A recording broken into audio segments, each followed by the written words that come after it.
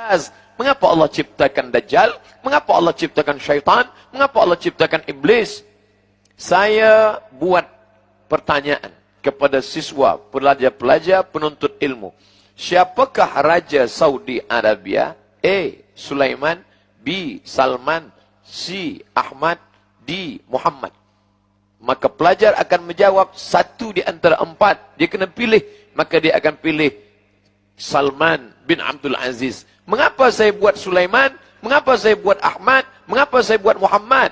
Sebab saya nak uji pelajar saya. Boleh tak ia membezakan mana yang raja sebenar, mana yang bukan, mana yang memimpin Saudi Arabia, mana yang bukan. Maka makna daripada Allah ciptakan Dajjal supaya manusia lulus daripada ujian, membezakan mana yang hak, mana yang batil. Maka datang syaitan, la'atiyannahum min baini aydihim, aku akan datang dari hadapan, wa min khalfihim, dari belakang, wa an aymanihim, dari kanan, wa an syama'ilihim, dari kiri, fala tajidu aktsarahum syakirin. Dia datang, dia goda manusia, tapi manusia juga diberikan kekuatan. Wa nafsi wa ma sawwaha, demi jiwa dan penciptaannya. Fa alhamaha fujuraha, Allah berikan jalan fujur, jalan tak baik, jalan batil. Wa taqwaha, Allah berikan jalan takwa. Manakala kita mendapat maklumat bahwa malam ini akan ada tazkirah di masjid yang kita muliakan, kita banggakan, maka dalam hati kita berfikir, datang atau tidak datang, dengar atau tidak dengar, hadir atau tidak hadir. Tapi seorang hamba melawan hawa nafsunya, melawan keinginannya. Kata syaitan, duduklah engkau, tenanglah engkau. Tapi malaikat berbisik, datanglah engkau. Bila engkau hadir di majlis ilmu, majtama'a qaumun fi baitin min buyutillah, sekelompok hamba berkumpul di rumah Allah, yatsluna kitab Allah, membaca ayat-ayat Allah, wa yatadarasunahu fima bainahum, mengkaji isinya. Duduk berkumpul di rumah Allah, membaca ayat-ayat Allah, mengkaji isinya. 3 yang dilakukan manusia, 4 balasan Allah Subhanahu wa taala. Nazalat alaihimus sakinah, turun ketenangan ke dalam hati. Haffat bihimul malaikah, mereka dikelilingi oleh para malaikat. Wa ghasyat bihimur rahmah, mereka diliputi rahmat Allah.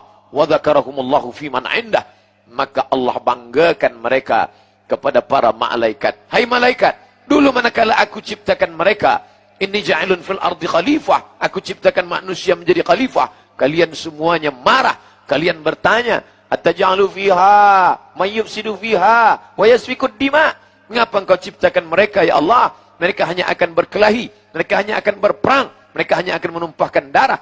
Tapi saksikanlah wahai para malaikat, malam ini di tengah kesibukan mereka, di tengah letih penat mereka mencari nafkah, tapi masih sempat meluangkan masa berkumpul di rumahku, berzikir mengingatku, mengkaji ayat-ayatku, mendengarkan tazkirah hambaku.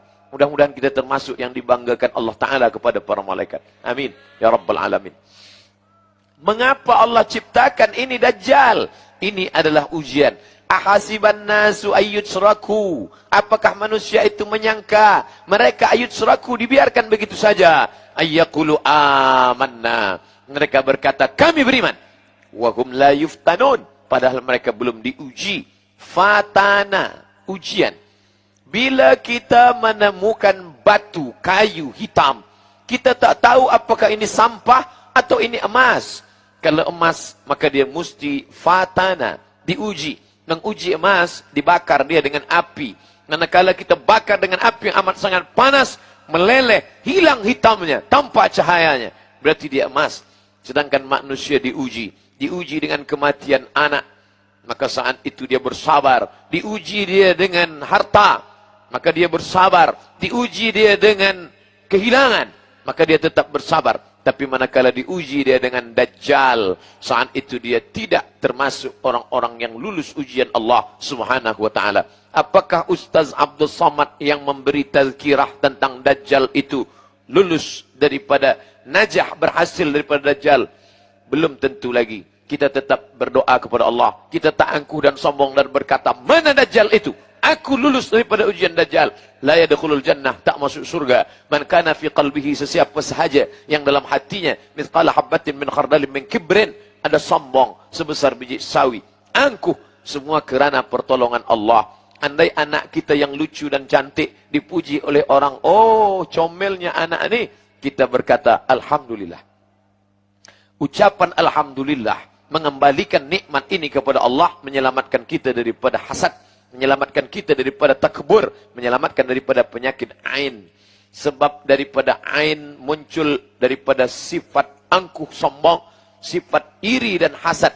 Maka manakala datang pujian Allah, Masya Allah, ini luar biasa, ini hebat, kita berkata Allahu Akbar. Kerana ada yang lebih besar daripada nikmat ini. Siapa dia? Allah. Balikkanlah segala sesuatu kepada Allah untuk menyelamatkan.